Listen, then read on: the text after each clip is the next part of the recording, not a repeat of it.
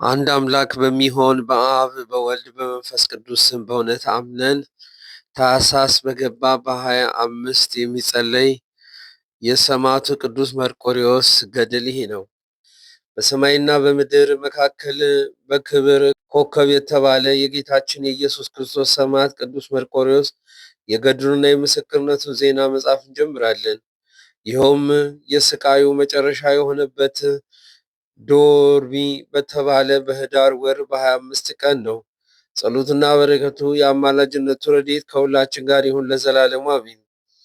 በሮም ንጉሥ በዳክዮስ ዘመነ መንግስት አንድ ሕፃን ተወለደ። ስሙም ፒሊፓዶር ተባለ። ይህም ማለት መርቆሬዎስ ነው። የስሙ ትርጓሜ አብ የወደደው ወይም የአብ ወዳጅ ማለት ነው። ሌላውም ትርጓሜው የጌታችን ኢየሱስ ክርስቶስ አገልጋይ ማለት ነው። የዚህም ቅዱስ የእናትና የአባቱ ሀገር አስሊጥ ትባላለች። እርሱም ተወልዶ ያደገባት ሮሜ ናት። የአባቱ ስም አሮስ የእናቱ ስም ሲዶሮስ ይባላል።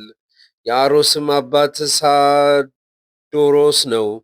የኒህም የአሮስና ሳዶሮስ የቅዱስ መርቆሬዎስ አባትና አያት እሚታ ስራቸው አራዊትን ማደን ነበረ። ሲያድኑም ከያዙት ለንጉሱ ለመኳንንቶች ይወስዱ ነበረ። እነርሱም በየዕለቱ ዋጋቸውን ይሰጧቸው ነበር። ከዕለታት በአንድ ቀን እንደ ልማዳቸው ለአደን ወጡ። ከዚህ በኋላ ከሩቅ ሀገር ተነስተው ከገጸ ከላባት ወገን ሁለት ወደ እነሱ መጡ። ወደ አጠመዱትም ወጥመድ ደረሱ። በወጥመዱም እንዳሉ ዶል ጨኸ።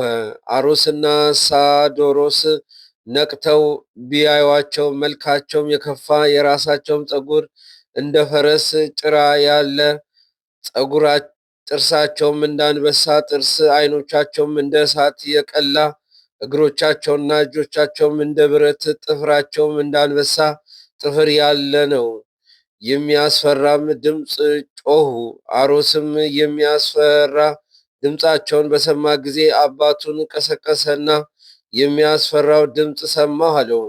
አባቱም ተነሳና ሰይፋቸውን ይዘው ወደ ወጥመዱ የገባውን ለመያዝ ሄዱ።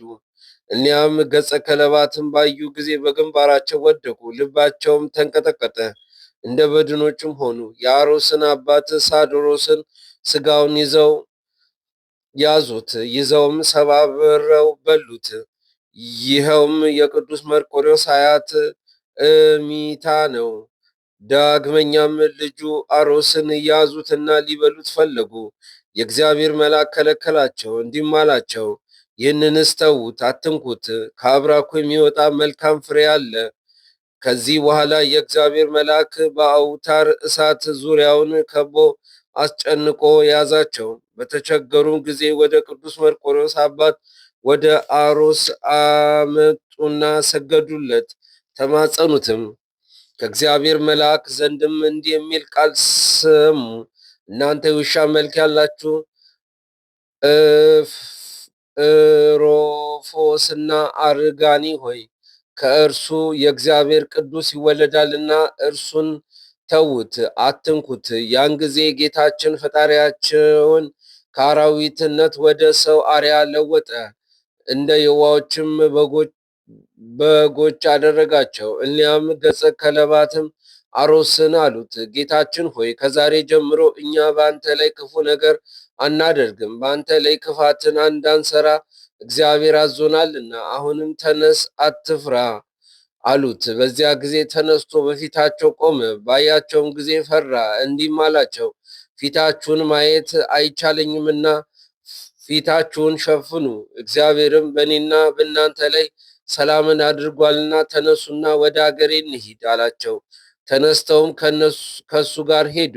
ሄደውም ወደ አንዲት ሀገር በደረሱ ጊዜ እስከሚመሽ ድረስ በዚያ ተቀመጡ። የዚህ ሀገር ሰዎች ያዩአቸው እንደሆነ ይገድሏችኋል አሏቸው። እኒያም ገጸ ከለባትም እንዲህ አሉት፣ ጌታችን ሆይ እኛስ ማንንም ቢሆን አንፈራም። እርሱም ወዳጆቹ ሆይ እኔ በማንም ላይ ክፉ ማድረግን አልፈልግምና በዚህ ተቀመጡ፣ እኔ ተመልሼ ወደ እናንተ እስክገባ አላቸው። አሮስም ያየውን ሁሉ እየደነቀ ከነሱ ሄደ። ወደ ሀገሩም ወደ ቤቱ ገባ። ለሚስቱም ይነግራት ጀመረ። ሚስቱም እንዲህ አለችው፣ ወንድሜ ሆይ ዝም በል፣ እኔ በሕልሜ ያየሁትን በአንተ ላይም የሆነውን ሁሉ እነግርሃለሁ። ሁለት ውሾች መልክ ያላቸው አየሁ፣ አባትንም በሉት፣ አንተን ግን ተዉ፣ ከአንተ ጋርም አመጣሃቸው፣ ከተራራም በታች አስቀመጥካቸው። ወደ እኔ መጣህ፣ አሁንም ውሰድና የሚበሉትን ስጣቸው አለችውና እንጀራና የወይን ጠጅ በበለስ ቂጣንም አዘጋጅታ ሰጠችው። እሱም ወስዶ ሰጣቸው። እነርሱም በሉ፣ የምግቡንም ጣዕምን እጅግ አደነቁ። ወስዶም ማንም ሳያያቸው በሌሊት ወደ ቤቱ አስገባቸው። እኒያ ገጸ ከለዋትም በሥራው ሁሉ የሚታዘዙለት የሚላላቁት ሁኑ። የሰማዕቱ ቅዱስ መርቆሬዎስ ጸሎቱና በረከቱ ልመናው ከአምላካችን ከፈጣሪያችን ከኢየሱስ ክርስቶስ ዘንድ ያማልደን ያስታርቀን፣ አሚን። ዛሬም ዘወትርም ለዘላለሙ አሚን።